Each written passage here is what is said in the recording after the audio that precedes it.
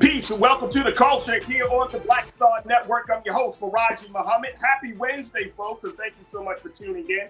Today, we got a great show for you. First and foremost, let's talk about political intent. Can your political views be used as intent if you commit an act, a violent act, or something illegal? We're talking about the case of Daniel Penny and the killing of Jordan Neely and how Mr. Penny is a conservative. We're going to be checking in with our sister, Suzette Speaks, to get her take on this from the legal point of view. Also, Black Americans' mortality rate increases. Over these past 22 years, we have lost more Black people than white people in this country. We break down the numbers and the reasons why it's happening. Also, later on, we talk about Gabrielle Union. She talks about scarcity mindset. She talks about splitting the bills 50-50 with her husband, DWade. Is this a case of just her being transparent and trying to relate? Or is this a case of insensitivity, considering that her and her husband brings in millions of dollars a year? Stay with us. That and a whole lot more is coming at you in today's edition of The Culture right here on the Black Star Network. Let's go.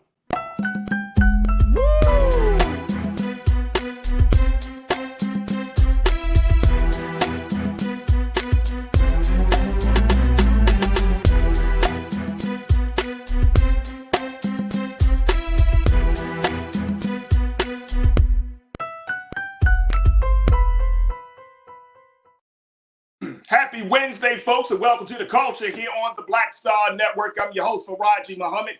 Thank you so much for tuning in and being a part of the conversation. Big shout out to the online culture crew. What's up, crew? Good to see y'all, connect with you, and hopefully your day has been going well. All right, folks, let's jump right into the discussions as we want to continue our conversation about the situation that happened in New York City with the killing of Jordan Neely. Now, as we've been having these host of conversations, and Jordan Neely's killer, Mr. Daniel Penny, has decided to what did he do? He turned himself in. He turned himself in, supposedly. They charged him with manslaughter and the whole nine. The question is that did he intend to kill Jordan Neely, or was he just simply trying to do the right thing and trying to put the Black man in a chokehold for 15 minutes. We're going to talk about this. And I told you yesterday I wanted to have this part of the conversation with my sister, who serves as an attorney and TV host, Suzette Speaks, because we found out that Daniel Penny actually is a conservative by political affiliation, that he adheres to certain conservative views and ideologies. And I wonder if that can be used as a part of the case against him. So let me bring my sister in. Suzette Speaks, checking in as always on Wednesdays. Always a pleasure to have my sister. Suzette, good afternoon. How are you? Hey, good afternoon, Faraji, and salute to the culture crew. Thank you. Always a pleasure being here every Wednesday. I can't wait to get into it. Absolutely. All right, Suzette, let's talk about this because as we've been having these conversations, right, a lot of people have been saying, the reason he got manslaughter, speaking of Daniel Penny, is because of the intention. It wasn't like first-degree murder. He didn't, quote-unquote, intend to kill Mr. Neely. But we do know that it's because of the chokehold that Mr. Neely, brother Jordan, died literally in the arms of Daniel Penny. My question is, as I've been having these conversations, and we're seeing that there were a number of GOP political figures, conservative figures who have stepped up, spoke out in support of Daniel Penny, like Ron DeSantis and Governor Greg Abbott of Texas, and many other folks, and some other folks in Congress. My question is, does one's political view weigh in on this? Can that be used in a court of law as being intent that since he was feeding off of that political view, that his intention was to do harm? Can that be used? Can that case be made? I think there are a few things going on here, Faraji, and I'm going to kind of break it down. I'm going to back up to move forward to your question, first and foremost. So we have this horrific video, first and foremost, that most of us have seen. If you haven't, it is a little bit triggering. So you want to be careful when you go watch it. Again, it's violence against a young man who was on the subway, and Mr. Jordan Neely 30 years old, Michael Jackson impersonator, had been having serious mental health issues since his mom had passed. I believe it was in 2007. So he was on this subway, and people said, other witnesses have made statements that he was acting erratically. So there is this theory that the legal defense, or those lawyers on behalf of Mr. Daniel Penny, are now using to say that there was a threat, an ongoing threat going on this train, and that Mr. Penny was in danger of his life. So he acted. So we see in this video that Mr. Penny, who is a very intriguing figure, he is an ex-Marine, 24 years old, he acted. But the way he acted is what is in question. Was it indeed reasonable? Because again, he's a trained Marine, right? Right. Retired and in good disposition with his service, and so he acted by using a chokehold. Now we know that in New York, a chokehold is now banned among law enforcement. But again, Mr. Penny was a civilian, right, acting on his own accord to intervene, according to his lawyers, in order to save people's lives. So what we see in the video is a very, very intense, like, bear hug, body hug that he has, and his hand is in effect snuffing the life out of Jordan Neely. So it is more than 3 minutes long, and prosecutors have rendered a second-degree manslaughter charge. That's what they believe they can prove based on the evidence, right? The video, the eyewitness evidence, what Mr. Neely's testimony, or excuse me, what his early statements have been, what the other people on the train have said. So this is very important when we talk about intent. So what many have called for in the community was a first-degree murder charge, right? That there was a knowing, there was an intention to, in fact, take his life, take Mr. Jordan Neely's life. What the manslaughter charge says is that the DA believes they can't prove that he intended in that moment to take his life, but they can say he acted recklessly. He should have. It was careless of him to move in this way. Again, with the training he has, I think that plays a bigger part, that he knows how to take lives, right? He's trained an ex-Marine. So what we're seeing is that this has kind of caused a rift. There is a side that says he should have been charged with first degree intentional killing, but instead he's now the secondary manslaughter charge, second degree, of reckless killing. He should have known better, especially those last few moments of the video where you can see he's unconscious, right? Jordan Neely is now unconscious. Is there still a remaining threat? And if you continue to chokehold somebody, what is the reasonable outcome that you would expect, right? So now we'll go to what you have asked about, which is some of his political views. Now we've seen so much money be raised, $2 million plus. They're not using GoFundMe. They're using a different app, a conservative Christian fundraising site that many have used for the January 6th defendants, etc. And his political views have now kind of come to the fore. Of course, in a national case like this, you're now seeing that he has had, a history where he's espoused more conservative viewpoints, etc., etc. Now, what you will see his attorneys try to argue before the court is that it would be prejudicial to bring in any past writings, any, past tweets and things where he's published on social media, because they're saying in this moment, they would not be a part of what was going through his considerations in that train. Now, you might have prosecutors argue the opposite, saying that this shows a pattern and practice of what his thinking is like towards certain groups, minority groups, Black men in particular, etc. So we'll see after the grand jury sits. They're going to consider all this evidence, the video being one of the biggest parts of it, and say, do we have enough to indict? And so that step must take place. And then obviously we'll get the arguments in terms of what type of evidence is allowed to be presented to show mindset. But again, that's going to be a fierce fight. So if we're looking at the situation, it may or may not come up. I think it's a stretch, because then if you had any type, like again, if there was something that he had said while he was basically asphyxiating this man, where it showed that his mindset related to any of those type of philosophies that you're referring to, then we might have a little bit more relevance. But I think his defense team might be successful in saying, Your Honor, this is now prejudicing the jury to think that he is some sort of supremacist, where in that moment, is there any other indication that there was some sort of philosophy at play while this was occurring for those several minutes? So I don't know. It might be too much of a stretch.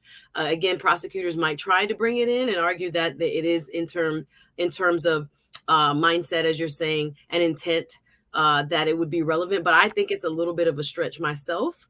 But we'll see after there's an indictment hearing coming up on July 17th, whether a grand jury thinks there is enough evidence to take Mr. Penny to trial. We got a couple of moments, Suzette, but I do want to get this thought coming in from our crew member, Pauline Hurt. Pauline said, well, they are bringing in Jordan Neely's past. Now, yes. So what, how do you justify bringing in his past, but you don't justify bringing in the past or the ideology of the person that's responsible for it?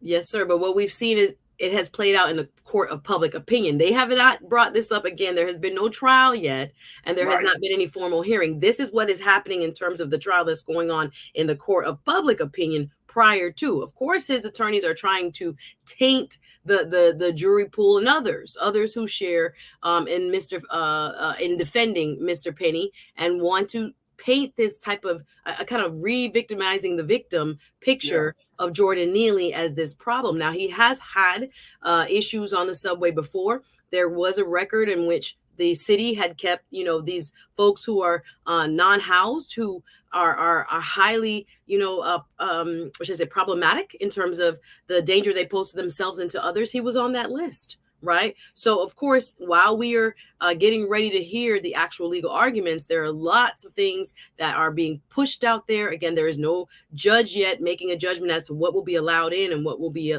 not allowed in. But again, we are concerned because it might, in fact, taint the jury pool, because we're hearing a lot of these preliminarily in terms of the media's discussion of who these two individuals are.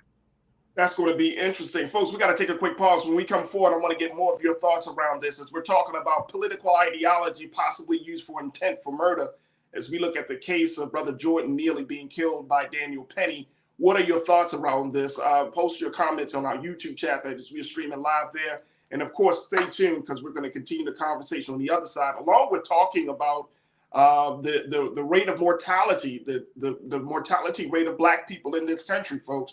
And when you see these numbers, you will be blown away just as much as we were. So stay with us. More discussion here on The Culture on the Black Star Network.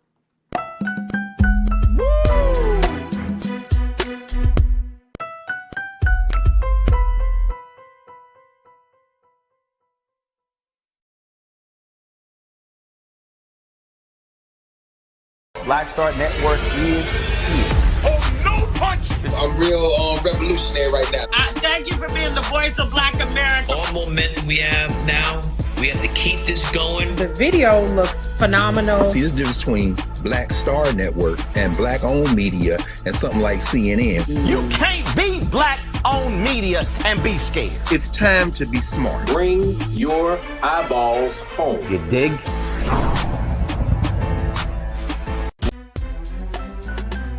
I'm Faraji Muhammad, live from LA.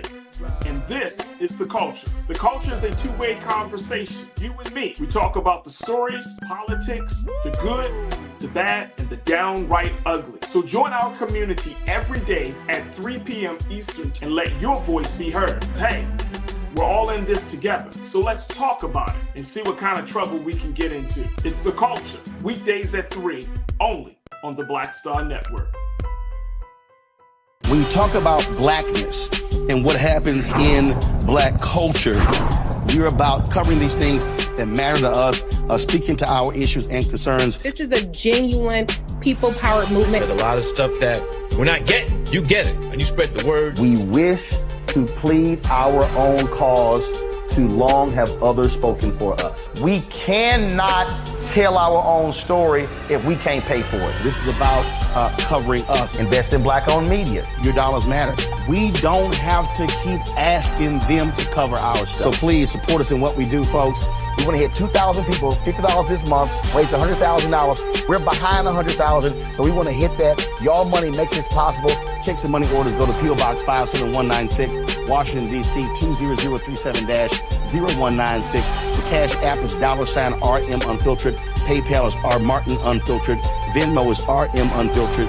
Zelle is Roland@RolandSMartin.com.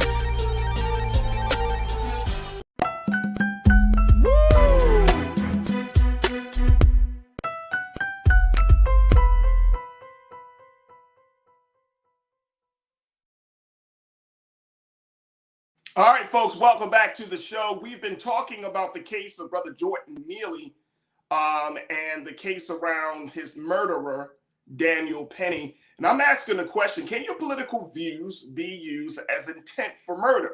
As we have found out that Daniel Penny, even though he is a Marine, even though he was just happened to sit on the subway, he was also a man who believed in conservative views and conservative ideologies. And I'm just throwing it out there, folks, that if we see this type of situation happening, and this may be putting the ideas of conservatism on the stand, that can any idea, but in this case, conservatism, can they lead to violence?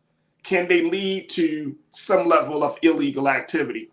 So we've been checking in with our sister Suzette Speaks, who is an attorney, TV host, getting her take on this. And as Suzette's been saying, it would be a stretch to try to prove that part of the case, that it would be better for the prosecutor to stay with the manslaughter charge, what they have decided to do. Because if you start to go into that part of the case, which I can understand it, Suzette, I mean, it's a slippery slope, right? Considering where the political polarization that we are in this country, that if you start to brand a certain ideology as violent, as racist, as all of that stuff, then you really are dealing with you're going to be dealing with a larger issue. But it's something that I think that we should look into. Clarify what you're saying when you're finished. Excuse me. Yeah, no problem. No, it's just something that I've been thinking about, especially in light of what we saw with the January 6th situation. That a lot of those people, those folks who ran up on the Capitol, adhere to a conservative view of what America should be. They listened to Donald Trump, they got ramped up, fired up, and boom, acts of violence started to happen. And so I don't know if that can serve as a precedent or not, or if it's just more of, they just happen to be conservatives running in and attacking the Capitol. But I know it's a slippery slope. Suzette.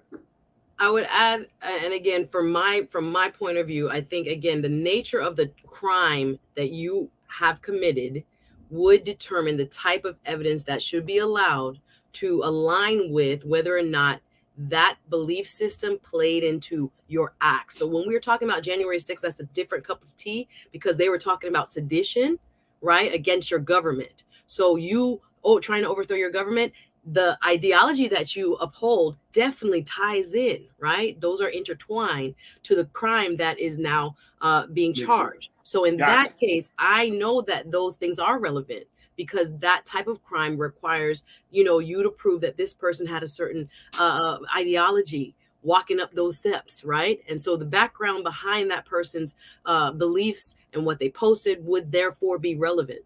What I'm saying is, in this case, this prosecutor, Mr. Alvin Bragg, the DA in Manhattan, doesn't think he has enough evidence right then and there in that moment on that video to prove first-degree murder. You have to show what was going on in that person's mind at the time. So if it's by body language, if it's by something he said, if it's something he posted that morning, that would give you some idea of what his mental state was in that 3 minutes, then it would be relevant. So what I'm saying, it could be relevant. They will argue it. I'm not saying that it might not have a chance of being admissible. I'm just saying whatever we write in our past is not necessarily relevant to the crime at hand. So the argument can be made. I'm not saying that it shouldn't be, or that it would be silly to make it. All I'm saying is, with this particular crime, there is no evidence to me that it is necessarily a hate crime or something that shows that type of malintent where any type of ideology might come in. But I have not reviewed Mr. Penny's postings or what they've said, et cetera, et cetera.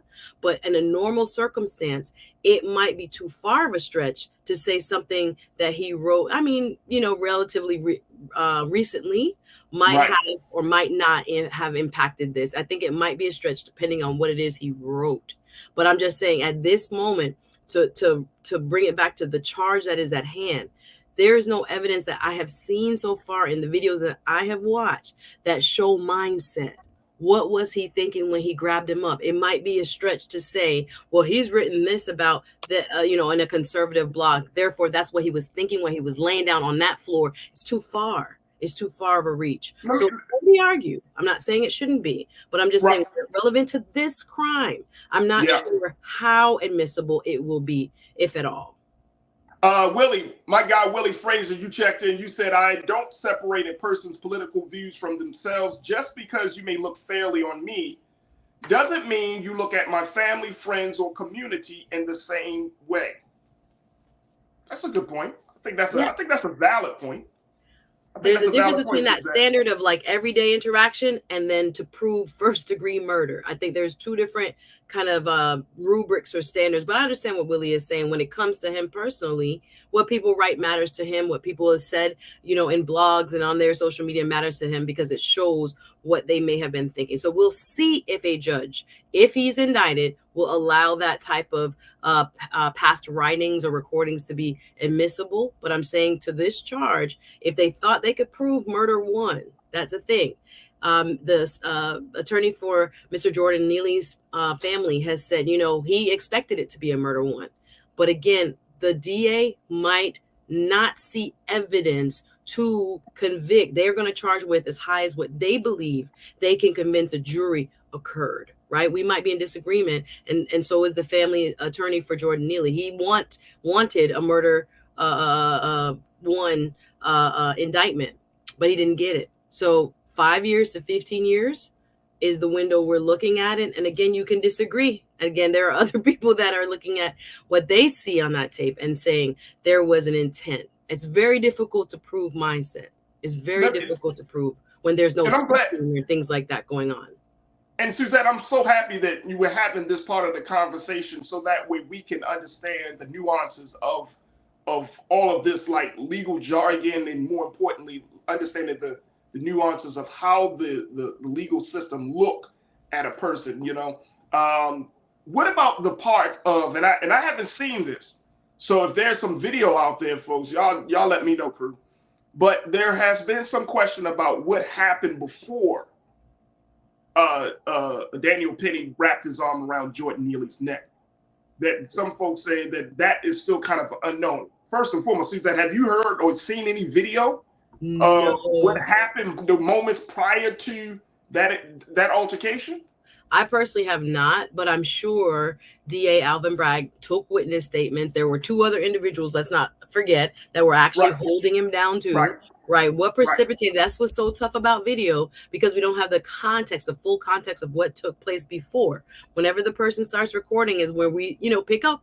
And there was several, interactions possibly right before. So the level of the threat, I think, is what is undetermined. How do you say this person was threatening your life? And do other people corroborate that, the other witnesses? Because, again, so many people were sitting on that train just looking at what was going on. No one intervened to stop it. So I was like, do these people therefore believe that there was like an imminent threat that this person was going to harm them or do something? And delay the time, Suzette.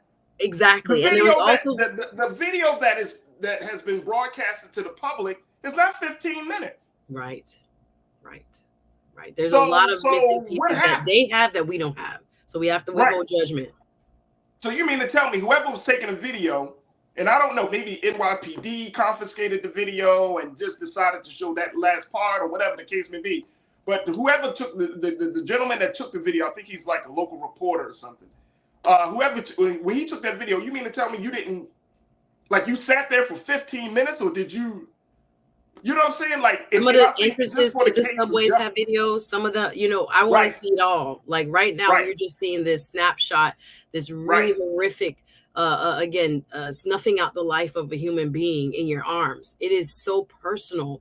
Again, there's parts of that I'm like, what am I looking at here?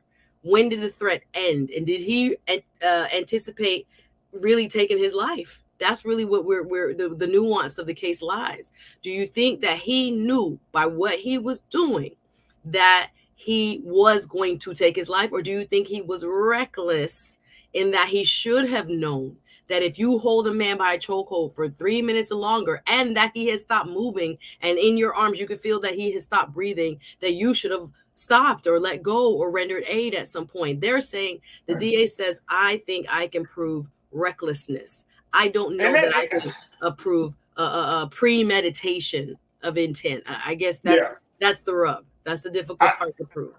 I did read also that, after he was holding Brother Jordan in his arms for that long and his body went limp, he still maintained the hold. That's the recklessness. So that's why I'm going back to intent. Like, what are you trying to do?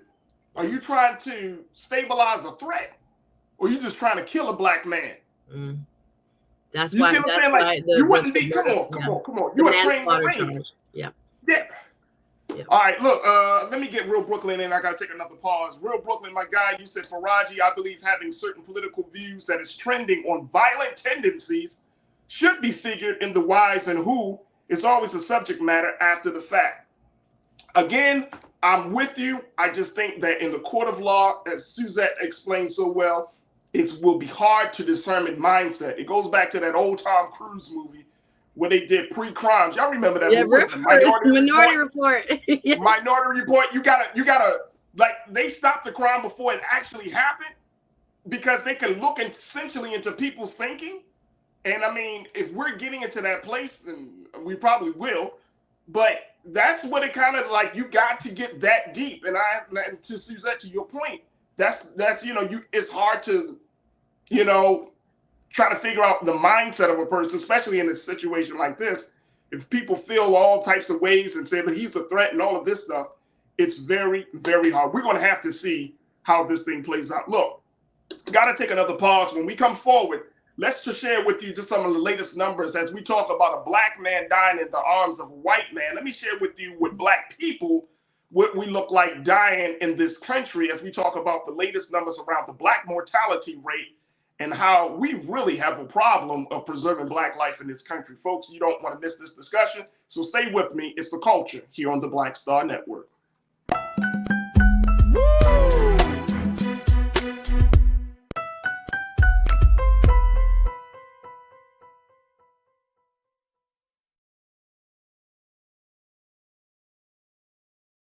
Hatred on the streets, a horrific scene, a white nationalist rally that descended into deadly violence. White people are losing their damn minds. As an angry pro-Trump mob storms the U.S. Capitol, we're about to see the rise of what I call white minority resistance. We have seen white folks in this country who simply cannot tolerate black folks voting. I think what we're seeing is the inevitable result of violent denial. This is part of American history. Every time that people of color have made progress, whether real or symbolic, there has been what Carol Anderson at Emory University calls white rage as a backlash. This is the rise of the Proud Boys and the Boogaloo Boys. America, there's going to be more of this. Here's all the Proud Boys, guys. This country is getting increasingly racist in its behaviors and its attitudes because of the fear of white people. The fear that they're taking our jobs, they're taking our resources, they're taking our women. This is white fear.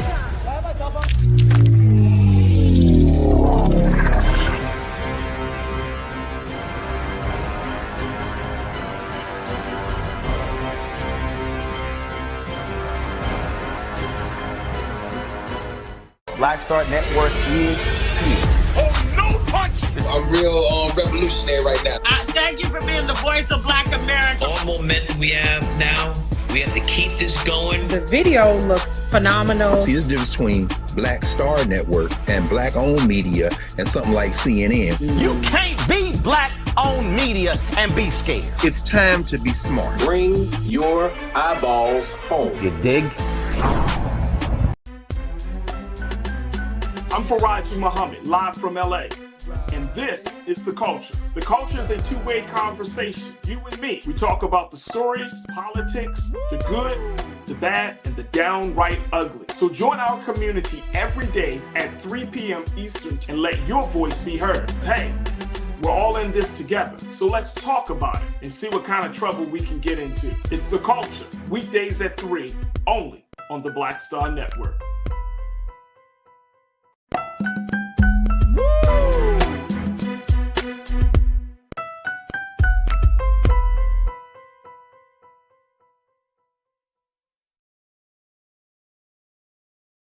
All right, folks, welcome back to the show. We just talking a little bit about Black mortality rate, folks, because as we talk about the killing of Jordan Neely, we got to look at what are some of the other factors that are leading to Black folks having less life in this country. And according to a new set of studies, it's showing, folks, that guess what? We are losing in terms of years of living in this country because of a number of factors. Here's where we are with the Black Americans' mortality rate as it increases.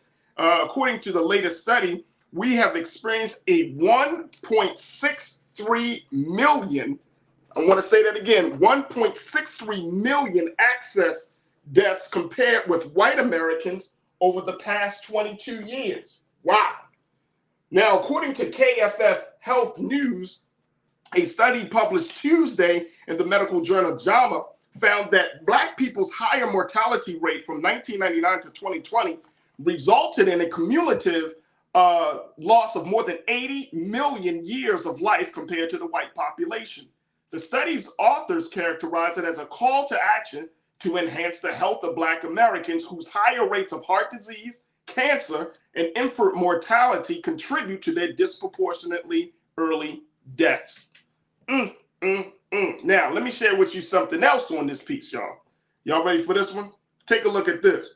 From 1999 to 2011, the country made headway in bridging the gap between white and Black death rates. But that development stagnated from 2011 to 2019. 2 decades of advancement were undone in 2020 by the large number of deaths brought on by COVID-19, which was particularly hard on Black Americans. Now, according to Clyde Yancey, a study author and the chief of cardiology at Northwestern University's Feinberg School of Medicine, said the country's long history of discrimination contributes to Black people's high mortality rate more than genetics. I want y'all to think about that for a minute. That the reason that we're dying at a faster rate than any other group, than white people in this country, is because we are experiencing a high level of discrimination, racism, all other type of isms.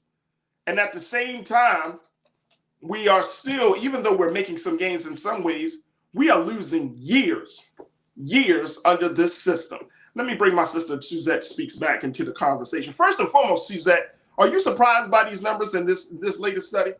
It is shocking in a way because I know that we have high morbidities because of underlying diseases, because of lack of access to healthcare, because of food deserts, because of a number of reasons. I know that overall, just anecdotally, that there are Black people who are suffering tremendously in ways that I just don't hear from our white counterparts, or at least anecdotally those that are in my circle. So I know that we oftentimes face an uphill battle when it comes to the medical establishment here in our country. But to see this over the last 20 years, I'm talking about people, and this is so personal to me, Faraji, because I know a couple of colleagues of mine who have recently passed that just was in their 30s or early 40s. And I'm looking at them and I'm thinking, God, these people did not have to die. And I think we can talk about there are so many contributing factors, as you've just described, when it comes to how the medical establishment perceives us, right? What is normal for us may not be normal for what is so-called the majority and the mainstream. And until we can get some more culturally sensitive training when it comes to why sometimes not only we respond differently, but oftentimes our bodies might respond differently to different approaches, how there is, again, that kind of cultural overlay that should be looked at in terms of our history with the medical establishment and why we might not have a general practitioner. I know there's a lot of Black folks walking around here who don't have a one main doctor. We go on an emergency basis. We go to the ER. We might go to the urgent care, but you don't have one person, connecting the dots and putting all the pieces together to let us know what systemically really is wrong. We treat in symptoms. We treat at home. We trying to do herbal. We don't get the time off. There's so many things that are contributing to this, but it's still quite shocking that 1.6 million more of us should be here since 1999 till 2020. And I think there is high time that our medical powers that be are looking deeply into this so that we can start to find solutions. I mean, it's high time. And guess what? It's only right. Yeah. It's only right. But see, again, this goes back to the bigger conversation about the impact of oppression, the impact of racism and discrimination, the impact of all of these things that we are forced to struggle with each and every day. The crazy part about this, and I don't know, crew, if y'all, I want y'all to know, let me know if you feel it. Like, America can do something. America can do something. The healthcare system leaders can do something. Political leaders can do something. We can do something. I mean, look, I know that the resources run thin in this country, but America can do something much more than she's already doing. Much more, much more. It's just the fact that this country doesn't want to do the right thing when it comes to its relationship to Black people. So they say, oh, the country leaders is like, oh, well, they're just going to have to take that hit. You know what I'm saying? Because we're not going to spend no extra money on healthcare needs. You know, one of the big things that was brought up in this report was the fact that, let me just pull this up here very quickly, that non-Hispanic white Americans in 2021 could anticipate a life expectancy of birth of 76 years compared with a 71-year life expectancy for non-Hispanic Black Americans. Non-Hispanic Black infants are 2.5 times as likely to pass away before their first birthday than non-Hispanic white infants. Regarding the likelihood of dying from a pregnancy-related problem, non-Hispanic Black women are more than 3 times more probable than non-Hispanic white mothers. And you mean to tell me with all this technology, with all this intelligence, with all this advancements in science and in medicine, you can't save anybody, or you just decide that you don't want to save somebody? It's crazy. 80 million years that we are losing. 1.6 million lives have been lost. And at this rate, because we're experiencing racial discrimination, social injustice, and all of these other things, it's coming faster and faster. And to your point you made earlier, younger people are getting affected. 30s and 40s. I'm happy to celebrate my birthday because I'm looking around me and I'm hearing about 30 and 40-year-olds dropping. Yes. You see what I'm saying? And I'm thinking to myself, like, man, and it's because we have been living under the system for so long, it's wearing down on us. We can meditate, we can do yoga, we can pray it out, but damn, something's got to change. Absolutely. When we look at our, I think COVID-19 kind of threw the lid open on how much sicker Black people are to begin with. Because remember how many more of us were lost during the pandemic because of comorbidities. That's high blood pressure, that's asthma, that is all kinds of, sugar, diabetes, all this was going on in our bodies. And because this pandemic came upon us, we were the larger amount, the lion's share of those who lost their lives. So these problems existed before then, but they were exacerbated by that. But I'm glad that this study was actually concluded right at the beginning of the pandemic. So we could see that we do have higher rates of heart disease, of cancers, and all of those type of very, very treatable, oftentimes if caught early, type of comorbidities. So we have to also take a stand in our community. I agree with you that the government, if this was another subset of our great American, body politic, right? If it had to do with women who were white, who were above a certain age or below a certain age, it would be looked into. But guess what? Black Americans deserve to live too, and live long and healthy lives too. So as you said, I think it's something that we have to hold our elected leaders, accountable for, but we ourselves, I'm talking about from the church house to, locally, which I say civic groups, we have to really look into it deeper for one another's health, because they're not doing anything about it and we're still suffering. So we have to really get more people involved, from getting more of us into med schools in the first place, but also doing community-based, grassroots outreach and education. I think that's what it's going to take, even for us to educate one another and push one another to go to a doctor. You feel pain, don't ignore it. Go to a doctor. And then again, the cost and the access, that it's like a whole set of circumstances that could prevent us from getting to that point. But we got to become advocates for one another as well. Hey, look, and here's the thing. How does one get heart disease? How does one get cancer? I have family members. Stress, lots of stress and all that. Stress of being Black. Yeah. Poor diet, right? So we're living in food deserts. I mean, we can go back and look at each one of those medical conditions and then take a step back. Because see, at this point, we're just managing pain, not eliminating the problem. Yeah. That's the condition that we find Black America in.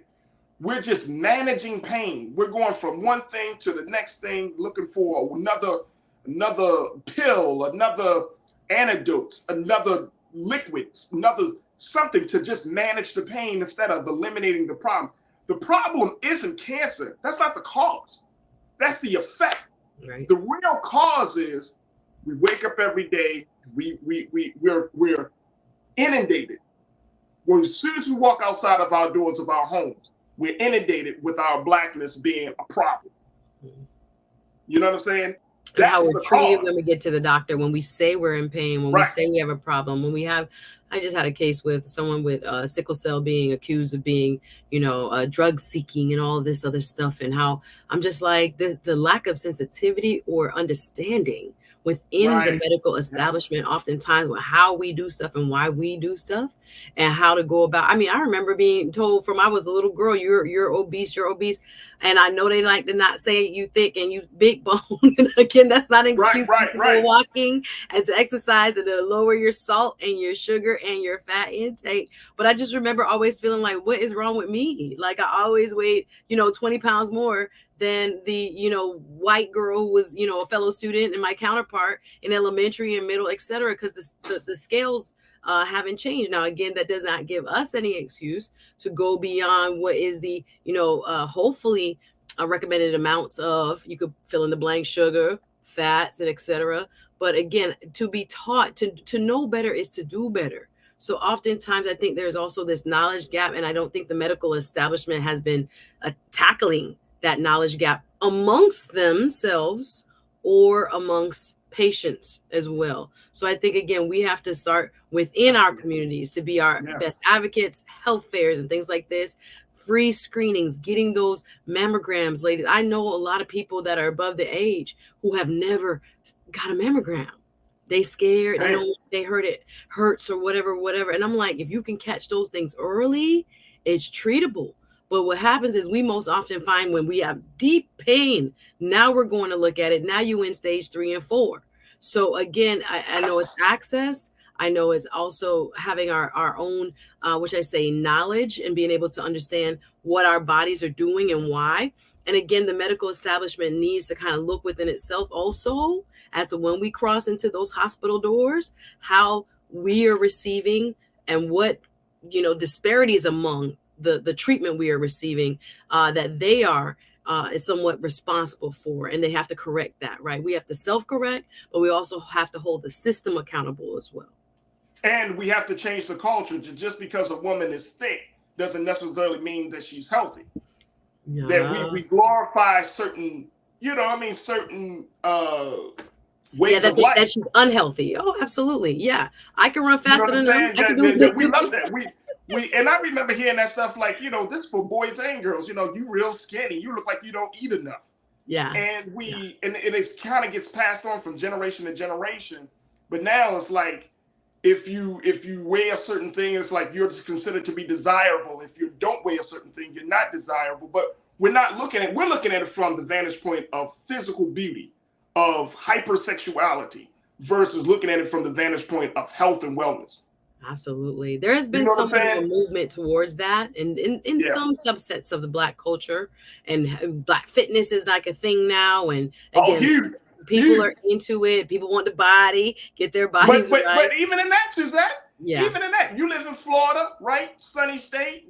Guys and girls always want to show their bodies. I live in LA, sunny state. We all want to show our bodies. Yeah. But is it really about health and wellness? Because you don't have to have a ripped up abs, powerful chest and all of that is it just we're talking about health and wellness. Yes, absolutely. The being in the outdoors, people want to compare this comparison culture of what a fit body looks like or what we ourselves need to look like is very dangerous, because everybody, sometimes you eating weight gainers, sometimes you eating all this fat and stuff to try to keep up, the type of look that you want.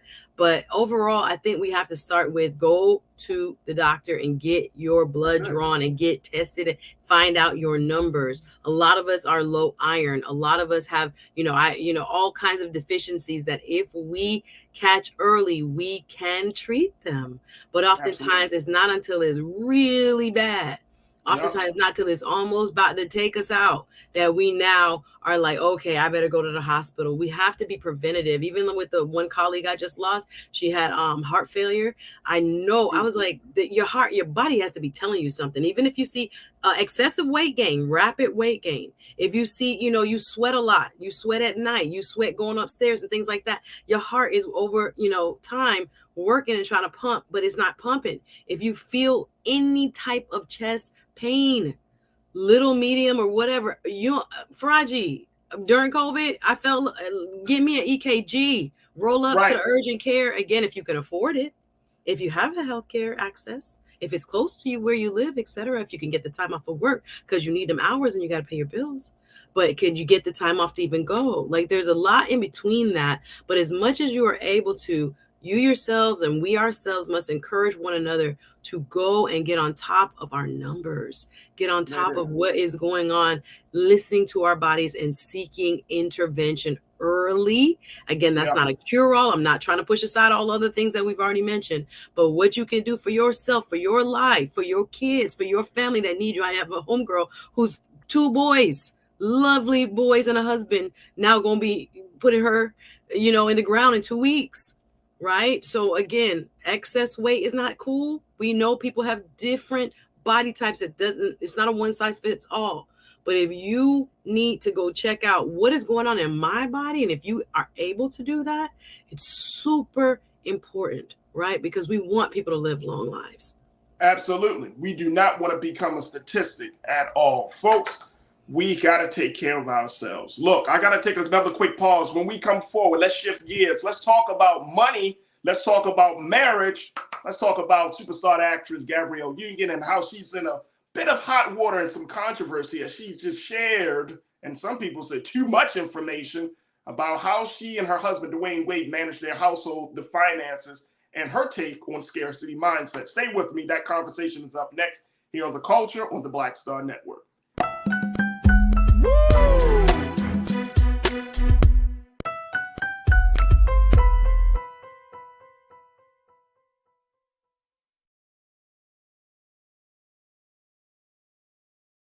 When you talk about blackness and what happens in black culture, we're about covering these things that matter to us, speaking to our issues and concerns. This is a genuine people-powered movement. There's a lot of stuff that we're not getting. You get it, and you spread the word. We wish to plead our own cause. Too long have others spoken for us. We cannot tell our own story if we can't pay for it. This is about covering us. Invest in black-owned media. Your dollars matter. We don't have to keep asking them to cover our stuff. So please support us in what we do, folks. We want to hit 2,000 people, $50 this month, raise $100,000. We're behind 100,000, so we want to hit that. Y'all money makes this possible. Checks and money orders go to P.O. Box 57196, Washington, D.C. 20037-0196. The Cash App is $RM Unfiltered. PayPal is R Martin Unfiltered. Venmo is RM Unfiltered. Zelle is roland@rolandsmartin.com. Black Star Network is here. Oh, no punch! I'm real revolutionary right now. Thank you for being the voice of Black America. All momentum we have now, we have to keep this going. The video looks phenomenal. See, there's a difference between Black Star Network and black-owned media and something like CNN. You can't be black-owned media and be scared. It's time to be smart. Bring your eyeballs home. You dig? Hatred on the streets, a horrific scene, a white nationalist rally that descended into deadly violence. White people are losing their damn minds. As an angry pro-Trump mob storms the U.S. Capitol, we're about to see the rise of what I call white minority resistance. We have seen white folks in this country who simply cannot tolerate black folks voting. I think what we're seeing is the inevitable result of violent denial. This is part of American history. Every time that people of color have made progress, whether real or symbolic, there has been what Carol Anderson at Emory University calls white rage as a backlash. This is the rise of the Proud Boys and the Boogaloo Boys. America, there's going to be more of this. Here's all the Proud Boys, guys. This country is getting increasingly racist in its behaviors and its attitudes because of the fear of white people. The fear that they're taking our jobs, they're taking our resources, they're taking our women. This is white fear.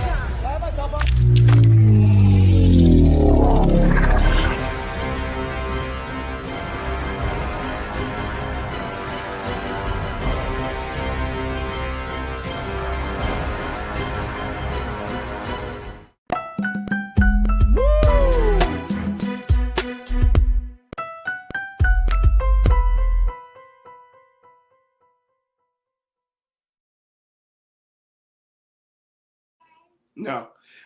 Folks, welcome back to The Culture here on the Black Star Network. I'm your host, Faraji Muhammad. Thank you so much for tuning in. I wanted to switch gears and have my sister Suzette Speaks to get her take on this situation. As we saw, you may not have heard, the Gabrielle Union gave an interview for a podcast called the Black Millionaires Podcast.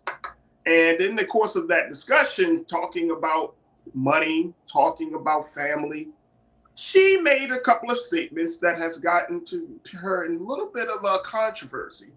Let me share with you what she said on this podcast, folks. Take a look here. She said, in this household, talking about her home with superstar NBA Hall of Famer DWade, she said, in this household, we split everything 50-50. But in the other households that each of us have to support, there's always this like gorilla on your back that's like, you better work, B. You better work, or you're going to sleep. Oh, you're going to sleep in? You know somebody might not eat. She added, it's hard. It's hard to let that go. So I'm working on that, talking about scarcity mindset. She said, I struggle with that scarcity mindset still. She said, I think I just have more responsibilities for my money. I get nervous like, oh God, that movie didn't open. You know, what does that mean? Am I going to have enough to hold everybody up? Rich people problems. Is this rich people problems, Suzette? Because this conversation has actually opened up a lot of discussions about how people manage the finances of their household. I saw one post today where a sister who I know works in the media, she made the point of saying, look, my net worth is 6 times more than my partner. But what Gabrielle Union shared is too much information. She said, considering that I make more money than my partner, I'm not going to split the bills down 50-50. That wouldn't be fair. So this conversation has opened up everything from finances to who holds the bills. Now, Gabrielle Union is worth a lot of money. Even, she's still a working actress. She has investments. I think they have a couple of businesses together as well. She's still getting money. And DWade is still worth millions of dollars. But the other part about this is the idea that she said that she has the scarcity mindset, which is that will she ever have enough? And some people are saying that this sounds like insensitivity, because people are trying to figure out if they're going to make it through the week, and you're worried about if you're going to have enough to support all the people that you need to support. So is this a case of her being insensitive, or is this a case of her just kind of speaking her truth and being transparent? What's your take on that? This is an interesting one. Shout out to Gabby Union for always oversharing and keeping, the internet ablaze.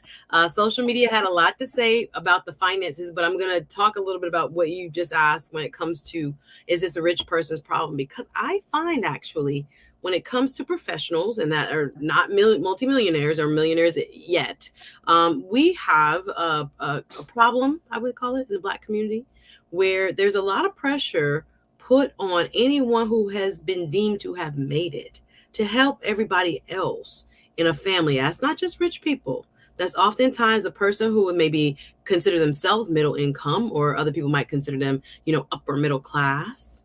But they oftentimes, before we're even grounded ourselves and got ourselves to a place, I ain't talking about myself, Raji, but I'm talking about people I know who are similarly situated, a lot of demands are placed on our money. And we are much more communal minded, for good or for bad, some would argue, because we're not able to fully get ourselves financially situated before we are asked to help someone else in the family. That goes for, I think, just your basic college grad, to people who have made, a good, decent amount of money from their careers. If they're, like I said, a professional and maybe have a license of some sort. Oftentimes, Black people don't have the type of individual wealth they should, because their money is always going back out the door to help somebody else, help the little cousin in college, help grandma them, help your parents. So oftentimes when we are trying to wealth build, I don't think it's just unique to her. She just happens to have a lot more money. So a lot more people are now looking at her and saying, well, you made it, sis. Grandma them need help. Cousin them, they didn't go to school. They don't have this. They don't have that. You need to help them. So I actually felt empathy for her, in a sense, that you have all these people. You made it, right?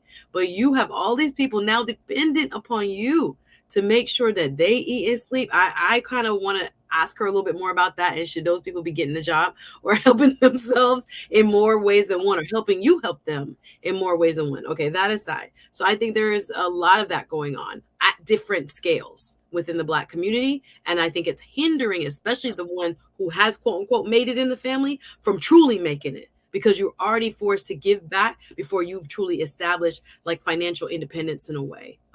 So financial freedom, I should call it. I just want to clarify something from the last segment too. I'm not trying to say people who are fat have a problem. I also struggle with obesity. I wanted to just say that obesity is one of the biggest indicators of something being wrong, right? Of some other, some type of other issue going on. So I salute to everybody trying to lose weight. I'm one of them. Okay. I just want to make sure I say that out loud. It's not a critique. It's hopefully to open our eyes in love. All right. So back to Gabby Union. So the second part of Gabby Union is that she's talking about how her and her man divide the money.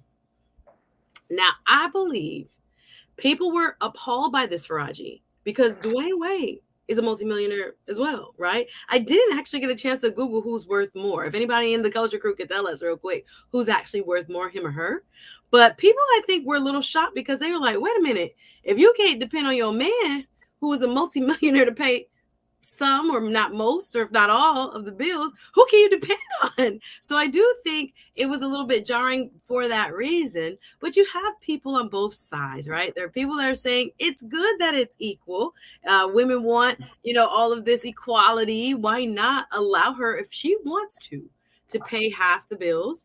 Others are saying it ain't right. It should be something maybe that they kept private. She didn't have to come out here and say this. But yeah, they have it that way and it works for them. I'm curious as to whether they have a joint account or they pay out of their own accounts and you take that bill, I take that bill, etc. But people don't have as much money as them also to have this challenge with establishing how in a relationship you're going to do finances, in a marriage, how you're going to do finances. Others say, it should just be one big pot. And others, that's the mindset. I mean, y'all can speak on that. I ain't got nobody, so go ahead. No. I'm just saying there's a couple of things. You have that household pot, right, for the bills. Then each one of y'all might have individual checking, individual savings, an individual, IRA or whatever other accounts that you have. But you do have one pot. You know what I mean? That's one form of one system. But in this case, Gabrielle Union is worth $40 million. DWade is worth $170 million. See, that's what I figured. Oh, okay. And she going right down the middle. She got a bag too. Now she got a bag too. No, she got a bag. But see, here's what I'm saying. Now, this goes back to a number of things because first, I hate pocket watching people. I just hate it. But the reason that people pocket watch is because we live in a system of capitalism, right? We love pocket watching people.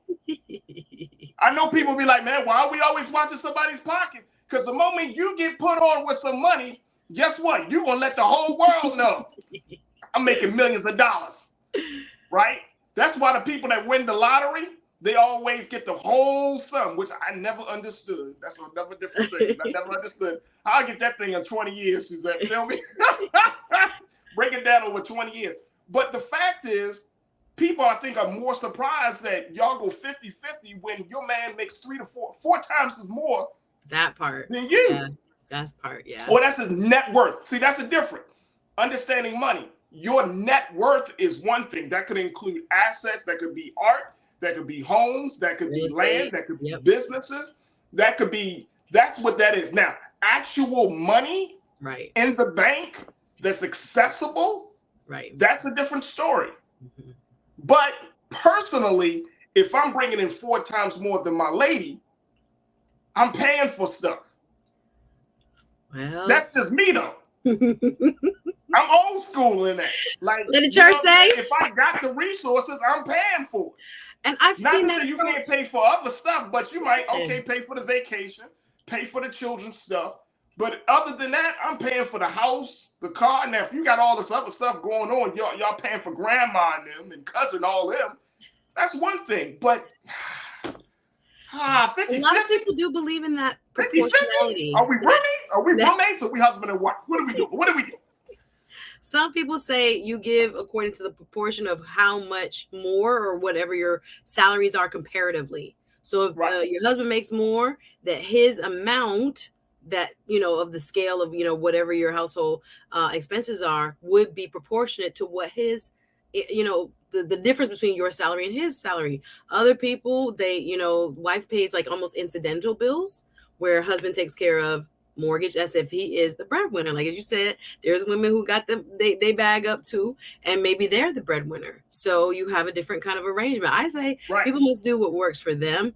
Again, she's never been bashful about sharing what they got going on, but I do think because he is worth so much more, people were a little shocked. I think that's why, the dust up of like, what, you pay half? Look, let me, all right, look, I gotta take a quick break. When we come back, can you imagine if Beyonce came out and be like, yeah, I paid 50-50.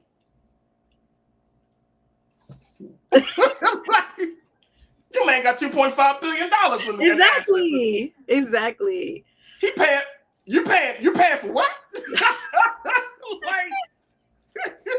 It's very interesting. It's very You know what I'm saying? Like, I get it. Work for millionaires is different. There's a part of me. Oh, I'm sorry. Go ahead, Suzette. Go ahead. We're both excited. No, I'm just saying very quickly. That's interesting because I don't know, and this was brought up in the conversation on social media, if this is about control, that Gabrielle Union wants to have some level of control around the situation. Because if it's about control, then Gabby, you might be putting yourself in a situation, a trick bag, because if you want to go 50-50 with your husband and then you want to support other parts of other members of your family, you might be putting yourself in a situation. Then you're talking about scarcity mindset.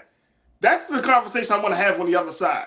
Okay. Because now if you are worried, here's a woman that's worth $40 million and you talking about, I don't know if I'm going to be able to pull it through. More money, more problems. That's what they say. You don't know if you're willing to pull it through, if you can make ends meet and you bring it. Folks, we got to take a break. Yeah. We got to take a break. Stay with us, man. We're going to more of the conversation. And, of course, I want to hear from you, crew. Share your take on this situation with Gabrielle Union, 50-50 split, scarcity mindset, and more. Stay with us. It's The Culture here on the Black Star Network.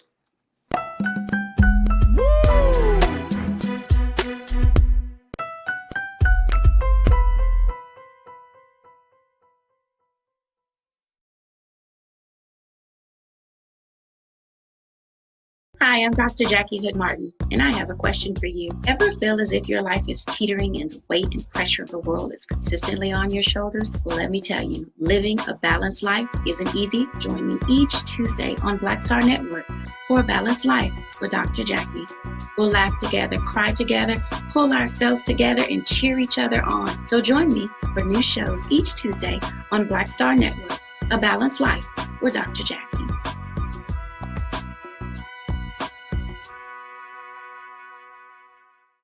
Black Star Network is here. Oh, no punch! I'm real revolutionary right now. Thank you for being the voice of Black America. All momentum we have now, we have to keep this going. The video looks phenomenal. See, there's a difference between Black Star Network and black-owned media and something like CNN. You can't be black-owned media and be scared. It's time to be smart. Bring your eyeballs home. You dig?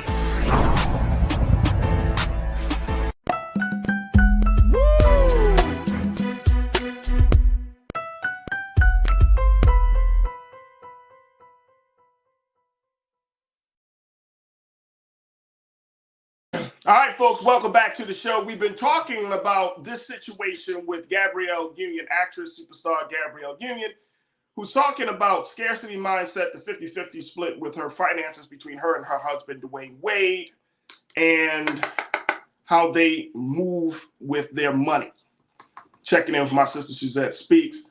So, Suzette, there are a number of people who are like trying to figure this thing out. First, you mentioned it.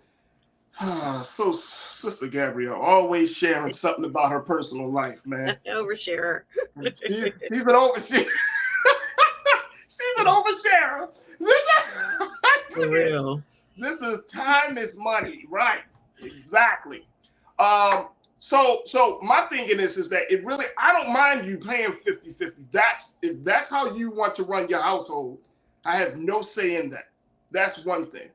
But it does, the piece that gets me the most is that this scarcity mindset she talked about. She's been in the spotlight.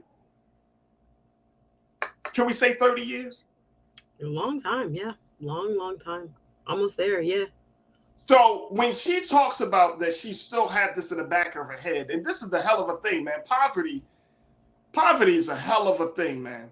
Poverty is a real situation, especially for Black folks, right? Mm-hmm. Because we always, and I was just listening to a Rick Ross song, and he was like, you know, I can have I can have a tub full of pool and I still can't relax.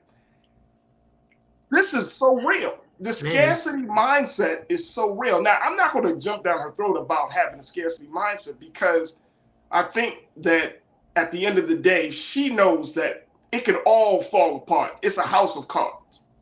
If your movie doesn't do well, if your products aren't moving, if your businesses are not being supported, right, it can fall very quickly, because all of that is built on whether people like you or not. Can you imagine that, folks? Yeah. Your job is already built on whether somebody like you or not. So whatever you say, they might not like you. So they might not come to your movie. They might not support you in your business. Suzette, you're a lawyer. If lawyers were paid by whether people like them or not, y'all probably wouldn't get paid. A lot of people wouldn't get paid. A lot of folks. It would be a whole different ballgame. It would be a nicer profession. That's the volatility of the business. Right. Yes. That's the volatility of the business. It's like, we like you, therefore we come out to the movies, we support your projects, support your endeavors, all of that stuff. But this scarcity mindset, what's your take on this? Because this is very, very interesting. Especially, like I said, I hear it more from Black entertainers, Black artists, you know, Black sports figures. But what's your take on this? I think it can be very, relatable for some of us. I think you don't have to be a Black superstar to have this impact you. I think oftentimes I'll see it again on a smaller scale, just everyday individuals, Jane and Joe's out here that, we're afraid to take risks. We're afraid to, bet on ourselves. We're almost afraid to, try new things because what if we lose? What if that job doesn't work out? What if we're overqualified? And what if we are underqualified? And so we don't ever apply. So we have our counterparts who are, and it's not just white folks, I just mean in general, people without this mindset who can look at a job application or look at a job advertisement and say, I may not have all of the qualifications, but I have this, and that. Let me go for it, right? There are so many parts of this that can rub off and impact different areas of your life that we really have to acknowledge and try to gain control over it. Because if not, we end up losing in the long term. I think, again, for her, it's a little bit different. Again, she has a lot more writing, a lot more people depending on her, and a lot more writing on her everyday decisions and whether her movies do well, et cetera, et cetera.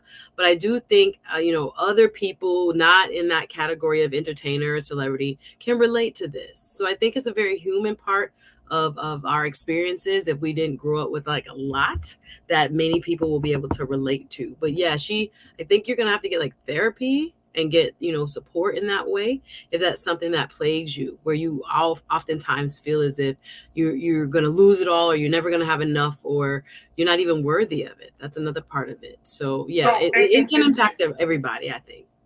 And I'm glad that you brought that point up, because it reminds me of the condition of what they call it, survivor's remorse, survivor's guilt.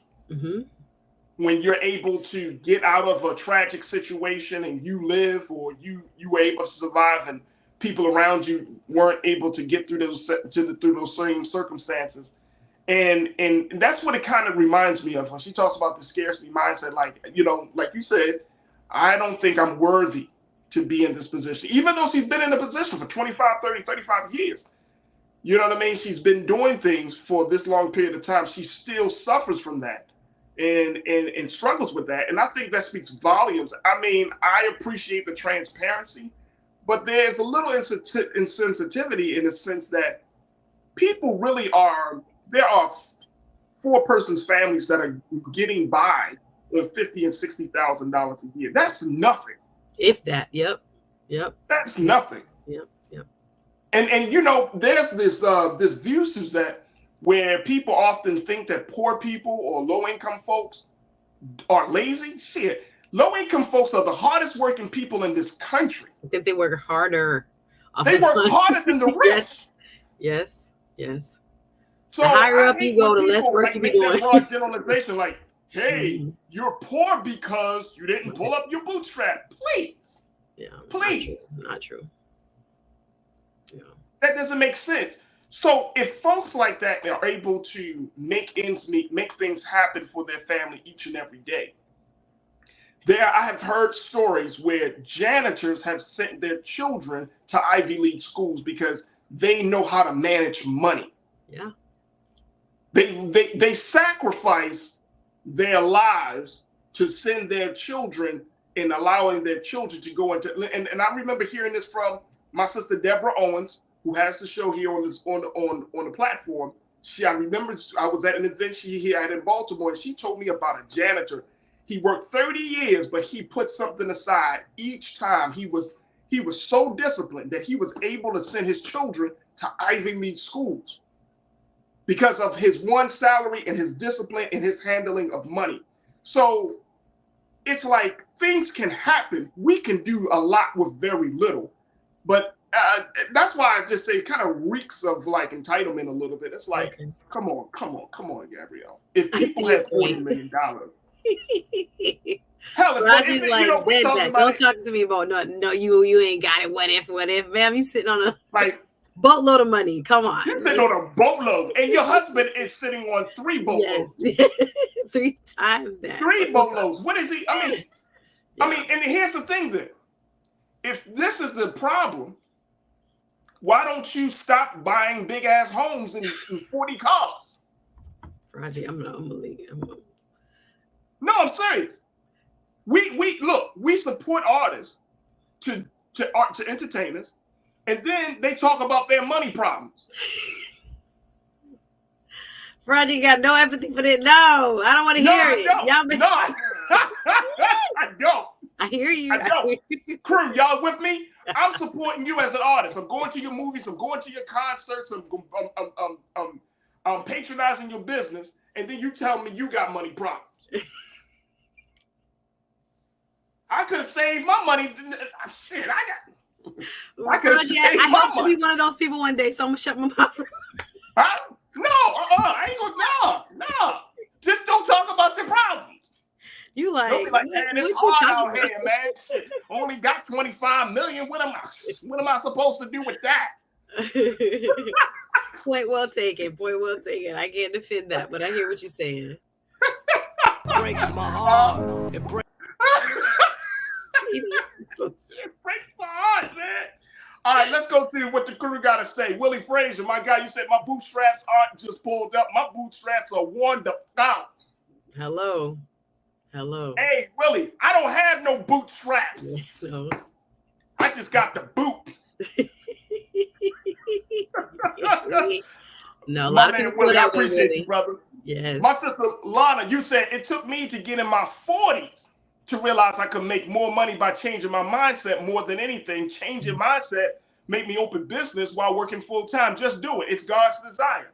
Yeah. Absolutely. Good girl.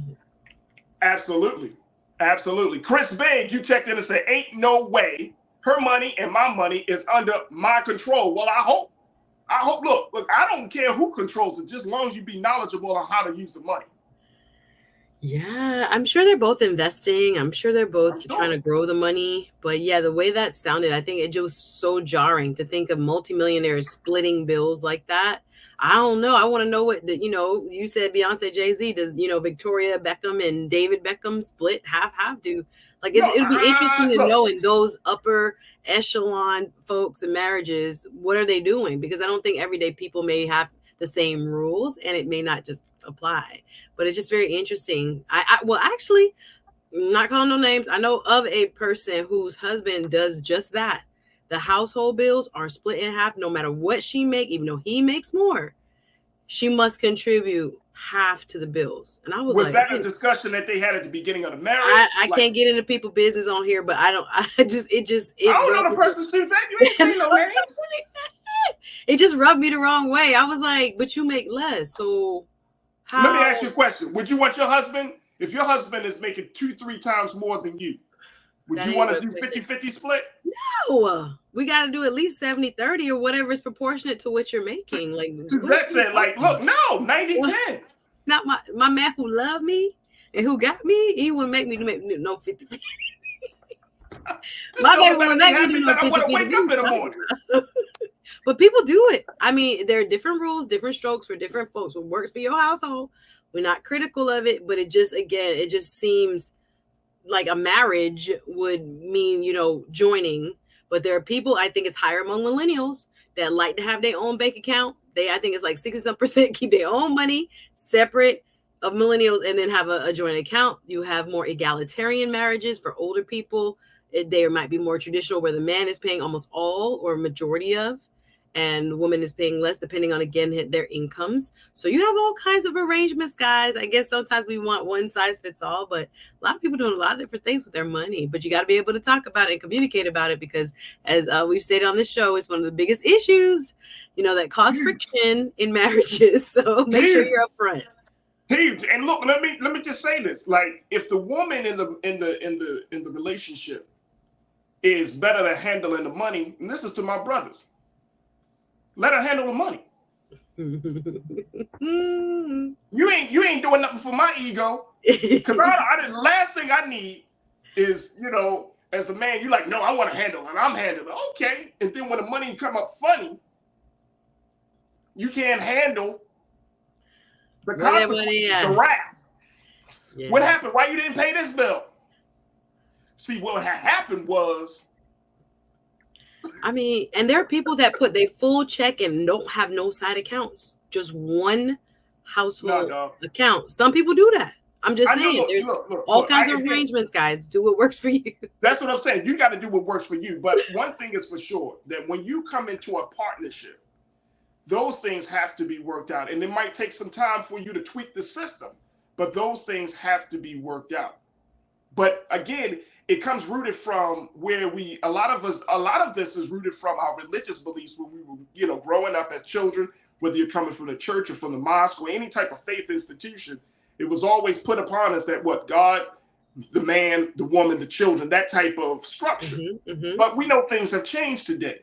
But it just requires you to have communication. Even if the woman is making more money than the man, then still, I mean, the woman don't have to make the man feel small. Ever. You know what I'm saying? Just because she's bringing in the money, because the man could still get the car fixed. He could still be contributing in other ways, but it just requires communication. Yeah, and vice versa. Even if a woman doesn't make as much, that cooking, that cleaning, that childcare is worth a lot if you really put a monetary value on it. So she may not be working, but she is working and contributing. So we got to keep all that in mind too. Hey, Suzette, let's talk about the child rearing services that she provides. It's a lot of work.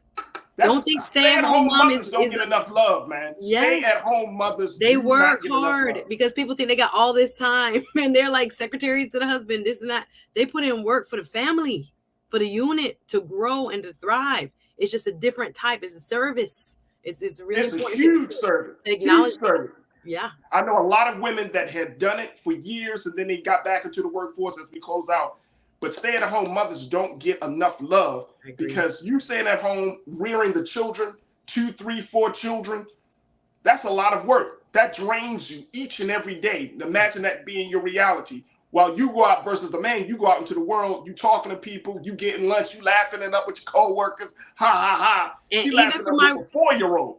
For my working women, even if y'all both work, the woman is still giving more at home. She's still doing the majority of the childcare and all the other stuff. So it's and then you expect her to have dinner ready. And be ready. And be ready and raring to go. So what about the loving tonight? It's a lot. It's a lot. Hey, look, real quick. It's like that. I'll never forget. You've ever seen the movie Fences with Viola Davis and Denzel Washington? Every Friday, my man came home and he just put it right on the table. He would just, and she picked it up. It was like a system. There it is. He didn't even take, and then she gave him an allowance afterwards. Here's your $10, George Jetson. That was such a good movie. Shout out to Denzel and Viola Davis and Fences. Love that movie, but that was critical. I was like, how many black men and women picked up on that? He came right home. Bop. Here we go. Check. Here's the check. Here's the money. Make it work. Let's go. All you got to do is feed me, love me, and then I'm out in the street again. All right, folks, we got to take a quick pause. When we come forward, would you love to go to a restaurant this summer or this spring and you're sitting next to a dog? Yeah, we're talking about how now there's a new law that allows dogs in outdoor eating spaces, but some restaurant goers are saying, what the f-? We'll talk about that. Stay with us. The conversation continues here on The Culture, here on the Black Star Network.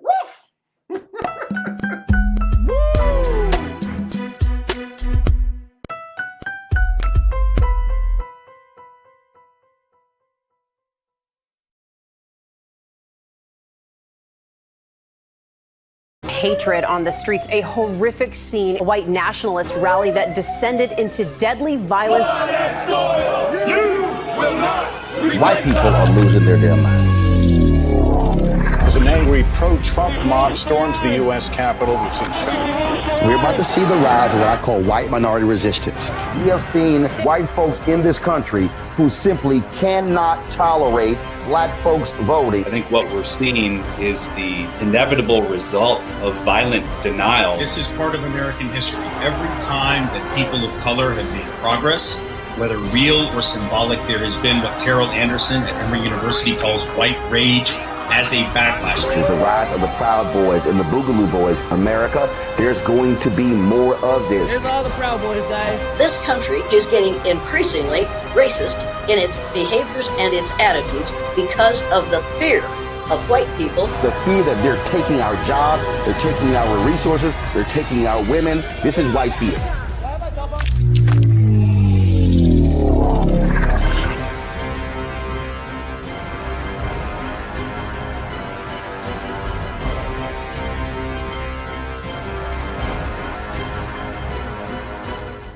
Black Star Network is here. Oh, no punch! I'm real revolutionary right now. Thank you for being the voice of Black America. All momentum we have now, we have to keep this going. The video looks phenomenal. See, there's a difference between Black Star Network and black-owned media and something like CNN. You can't be black-owned media and be scared. It's time to be smart. Bring your eyeballs home. You dig?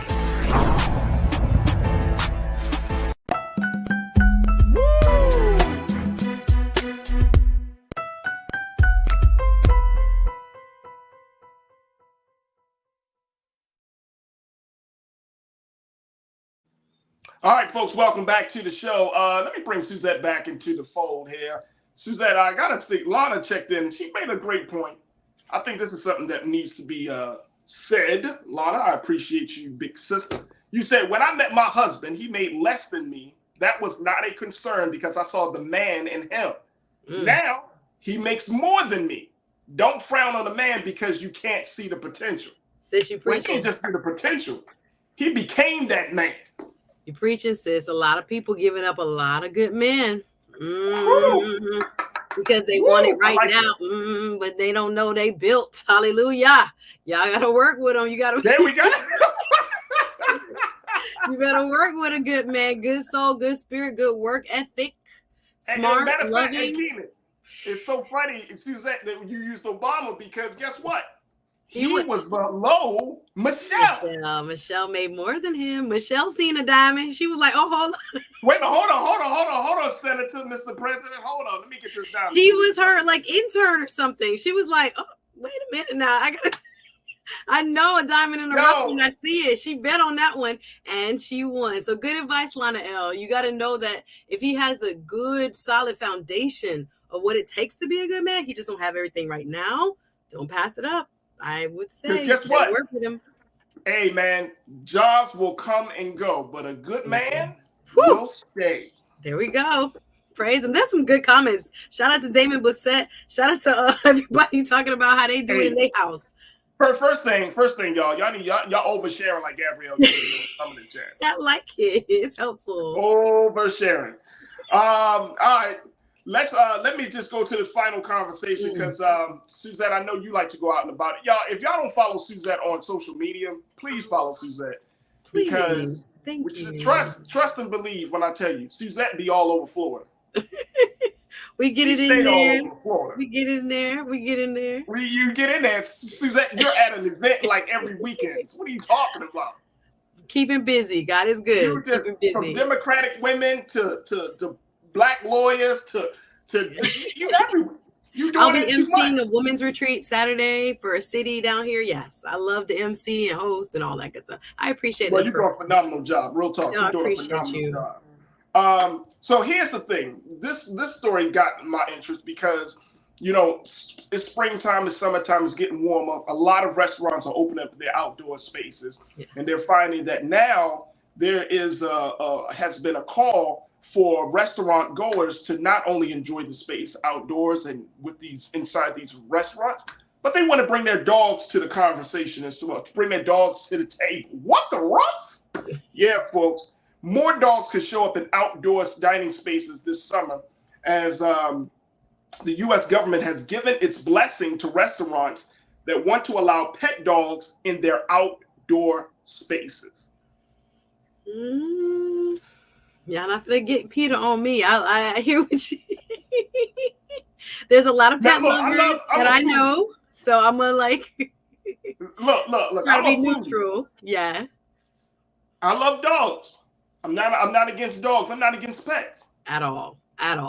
Yeah. But I don't know if I can sit next to Fido and Spot. It's coming. I don't know. And crew, I want y'all to get y'all take on this. Would you go to a restaurant where you see dogs in the outdoor spaces? This is only outdoors. This is not indoors. But this is outdoors. And trust and believe, nearly half of the states already allow canine dining outdoors. So that's already happening. You're talking about a little bit less. In Miami, you see it all the time. It's not uncommon for you to just walk through, someplace al fresco, and people are sitting out and their dogs are right next to them or at the table, or a server might bring out, a bowl or a cup of water for the dog, et cetera, et cetera. But yeah, it's going to increase now that I think this is kind of a federally approved situation. So yeah. So do you think this is good policy? It depends. I think there are people, again, who are avid, animal lovers and animal rights people and want folks who, love their fur babies to be able to enjoy spaces. There are going to be others who are not. I mean, there are people who are not pet people and who want to, I was wondering if they're going to have areas where it would be pet free or not, or something like this. But I don't know. There are folks who are going to be, offended, I'm sure, or don't want that in their space because they don't equate having animals in a food, setting for some. So I think there are people that are going to be really excited about it, and others that might be kind of peeved that this is now allowed for dining areas. And I'm wondering, how do you handle that? Because one of the big confusions is from a legal standpoint, because even though the United States government is saying that this is okay, it still comes down to the states. And the states saying, okay, how do you handle that? Especially given people's allergies, especially given people's fear of dogs, especially given the fact that some dog owners don't know how to control their damn canine. You know what I'm saying? So how do you kind of like bring some control into the situation? Well, I look at it as it's creating a lot more liability for the restaurants and the restaurant owners. Yeah, that's true. That's a good point. Because I see it from a couple different angles. So, for example, they have always had to allow, for example, people who are visually impaired, and have, animals that help them in a space regardless, right? Indoor, outdoor, doesn't matter. They're supposed to be able to, under the ADA, have, appropriate accommodation. So there's that.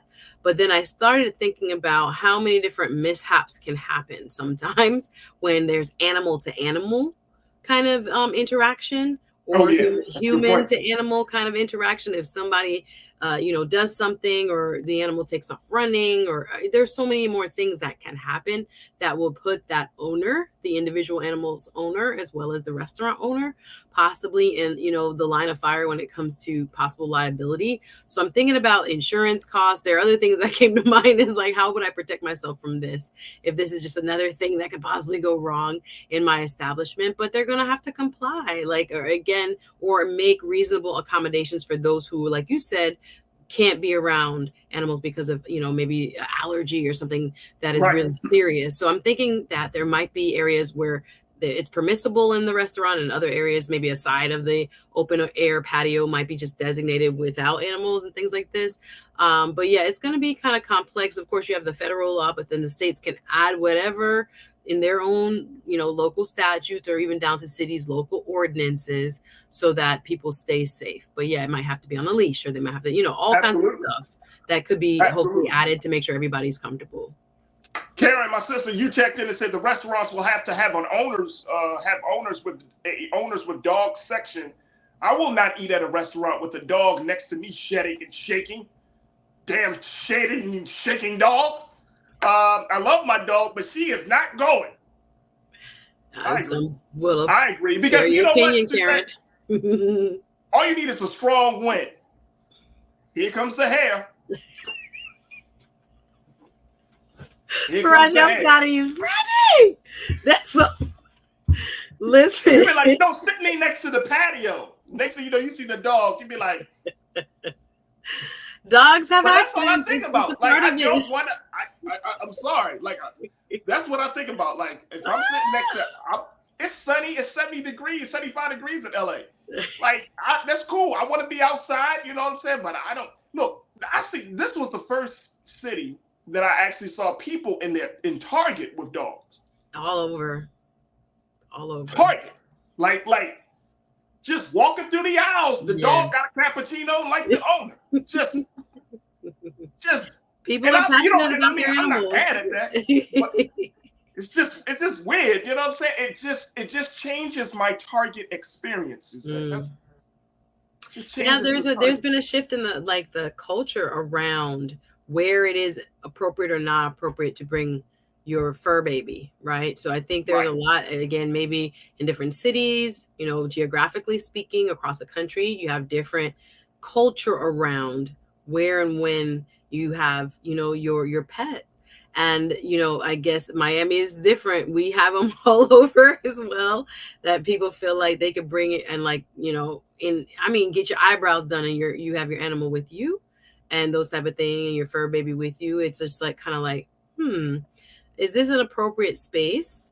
And would customers be better served who don't want to be in the presence of an animal by not allowing this person to bring it inside the store? I mean, you have people that are passionate both ways, that absolutely, you should be able to bring your dog anywhere, and there are other people that That's are not true. No, dog. No.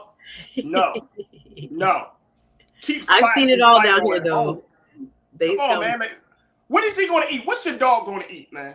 You go to a Michelin star restaurant. You go into a nice restaurant, and your dog is sitting up there, and he looking at your steak. Look at that. Keenan, you silly. Keenan, stop, man. Stop. You're so funny. No, I'm serious. And some people treat the dogs better than their children. All right, let me go to the all right, here we go. You got my cheeks hurting for Raji. I can't even go sign any of that. Look.